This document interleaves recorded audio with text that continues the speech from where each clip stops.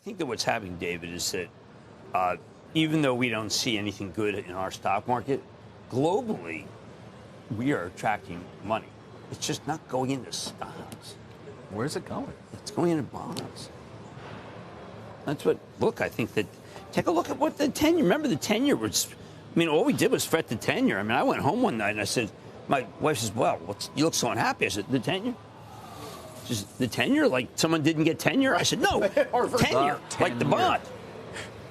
Well, although a bit of a slide in yield lately. Yeah. So No, a bit of a slide. David? I'm thinking back, it was maybe late last month when B of A said go long 10-year, target 2.25. But you said that might be a little extreme. That was extreme, but I just think that things got a little too crazed. But I do feel that yesterday, this week, and I'm doing some work with the great Larry Williams, who's a great market technician and historian, the advanced decline is actually up this week. That has not happened in a very long time. So you have the advanced decline up while the averages are down is historically the beginning of what could be a very powerful move.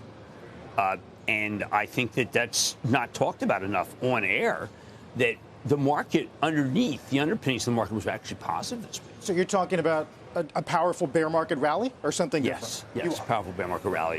Which you would be looking to sell rips? Yes, I would. But the market has 75-day cycles. I know this stuff sounds, David, you might think it's fanciful, but this is pretty much day one of a new cycle today.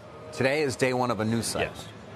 But how should we be taking these bear market rallies? Because I think there is a belief that until you really know when the Fed is going to be done, you just can't see the end here. We have to feel we're accustomed to we seem to be accustomed to like whatever turbulence is in the market resolves itself in a short amount of time. That's not happening this time. Jay Powell has to get off this 50-50 thing. I mean, I know you keep saying that. 50-50. I mean, come on.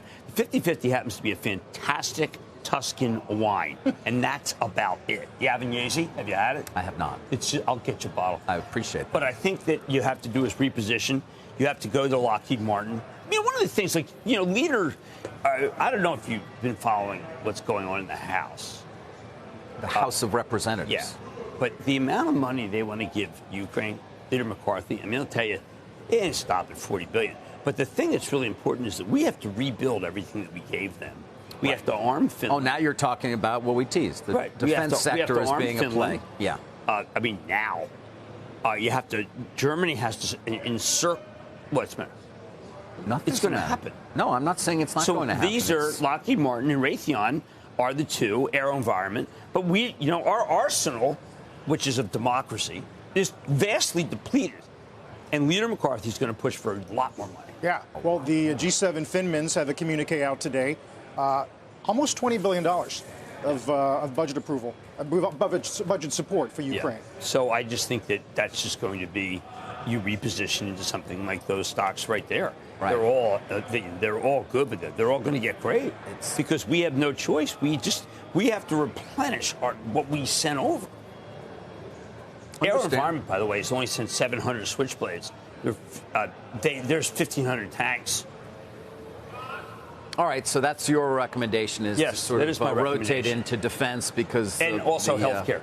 And healthcare. Yes, that's because those are where two you areas see the money being spent. Well, because if Powell does slam on the brakes, like I think he has to, because it's runaway inflation, healthcare does well, and because of the fact that we have to replenish our arsenal, defense does well. And we let all the defense companies merge. There's only a couple of them. Yeah, they already all did merge. Right. I think. By the way, no more consolidation I'm working on a new expected. thesis. Which is? What happens if antitrust? What happens if Jonathan Cantor decides to go after some of these companies that all merged? You mean try and break them up? Yes. Not go after tech. Very tough. It could be very tough. Not go after tech. What would you have in mind? I'm working on it. Oh, really? Yeah. Okay. It's a thesis.